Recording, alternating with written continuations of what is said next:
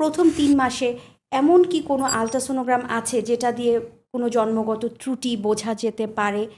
হ্যাঁ, এনটিএনবি স্ক্যানিং নামে একটা পরীক্ষা আমরা করি। সেটা হচ্ছে বাচ্চার ১১তম সপ্তাহ থেকে ১৩ সপ্তাহ ৬ দিনের ভিতর করা হয়। তাহলে কোনো মা যদি এই সপ্তাহের মধ্যে আসেন, শুধুমাত্র তাহলেই আমরা এটা দিতে পারছি। হ্যাঁ। উনি যদি এর পরে আসেন তাহলে কিন্তু উনি এটা আর না। করতে পারছেন না। তা এইটাকে একটু যদি আপনি বুঝিয়ে বলতেন, আমাদের মানে সহজ বাংলায় আমাদের দর্শকরা যদি একটু বুঝতে পারতেন।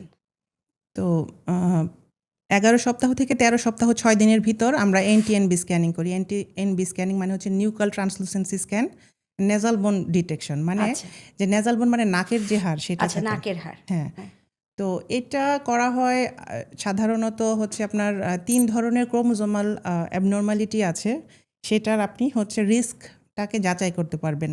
প্রথমে যেটা বললাম এনটি মানে নিউক্যাল ট্রান্সলুসেন্সি, সেটা হচ্ছে যে নেকের পিছনে একটা ফ্লুইড ফিল্ড স্যাক থাকে। নেক সেটা বলতে আপনি বলতে চাচ্ছেন ফিটাল ঘাড়, নেক, হ্যাঁ, হ্যাঁ, বাচ্চার ঘাড়। গর্ভের শিশুর ঘাড়। হ্যাঁ, তার হচ্ছে পিছনে যে ফ্লুইড ফিল্ড স্যাকটা থাকে সেটার ট্রান্সলুসেন্সি আর কি দেখা হয়, সেটা যে কতটুকু আছে।